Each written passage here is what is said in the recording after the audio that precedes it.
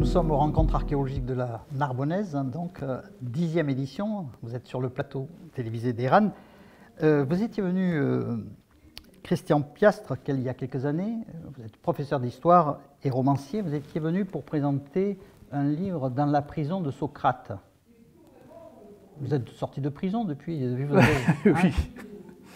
C'était quoi? Oui, c'était un roman historique qui est situé donc au 5e siècle avant Jésus-Christ et qui retraçait un parcours de Socrate qu'on ne connaît pas bien parce qu'on connaît Socrate à travers les écrits de Platon. Et Platon s'en est servi pour exposer sa propre philosophie. Et donc là, j'étais parti sur des sources qui maintenant essaient de montrer le véritable personnage historique de Socrate.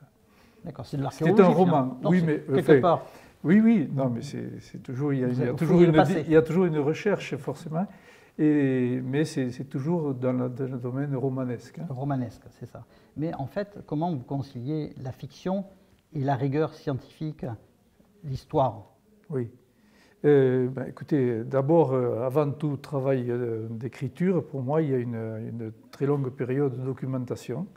Là, par exemple, pour ce dernier roman qui s'appelle Matin du Monde, qui est un roman préhistorique, j'ai lu énormément d'ouvrages d'archéologues, entre autres et essentiellement d'ailleurs Jean Guilaine, qui est le grand spécialiste, qui préface ce roman, effectivement, qui est le grand spécialiste de cette période, mais d'autres auteurs, également des ouvrages d'ethnologie, d'anthropologues aussi, comme Philippe Descola.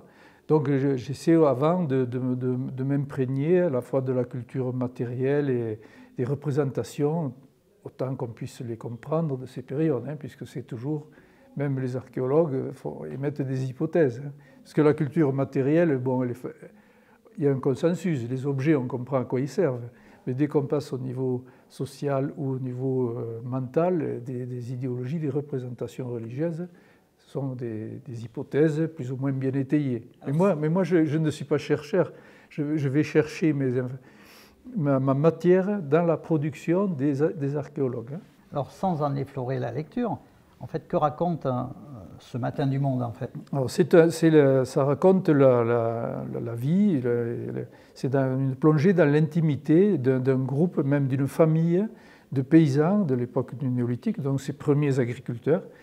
Cette famille est située en partie dans les villages de Cambous qui se trouvent au nord de Montpellier, qui ont des vestiges de villages en pierre sèche. Une partie, le dolmen des Fades de Pépieux, qui est proche d'ici.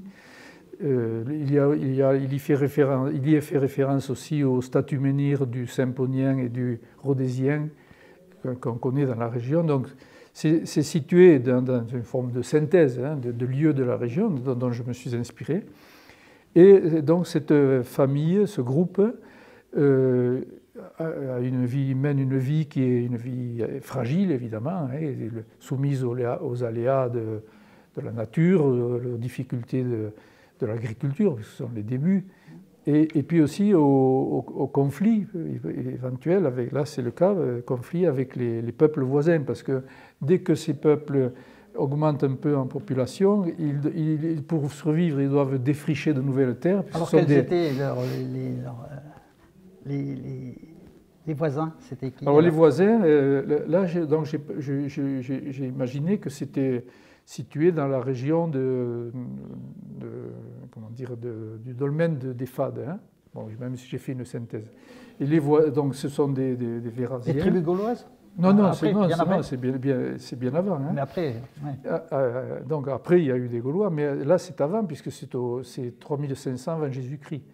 Et donc les peuples voisins, ce sont les peuples du Symponien. Dans le roman, je les ai appelés le peuple aux ancêtres de pierre, parce que justement, ils représentaient leurs grands ancêtres dans des statues menhirs. Mais de quelle région provenaient-ils? Et ils venaient c'est au nord de on va dire la montagne noire. Des voisins, quoi. Vraiment. Oui, des voisins. Ce sont des voisins, mais parce que pour entrer en conflit, si vous défrichez des terres, c'est avec vos voisins. Oui. Parce qu'évidemment, comme il n'y a pas de cadastre...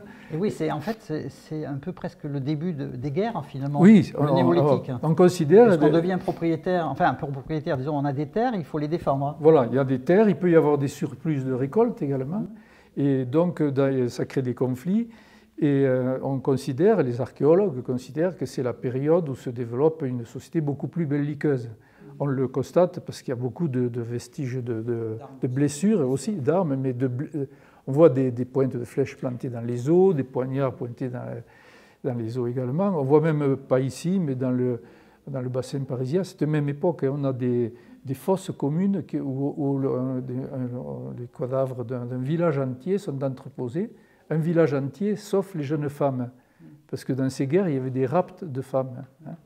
Donc voilà, vous voyez, si vous voulez, j'ai essayé de faire vivre ce village avec tous ces éléments qu'on connaît de cette période, et en essayant de rester évidemment au plus près possible de ce que nous indique la science archéologique.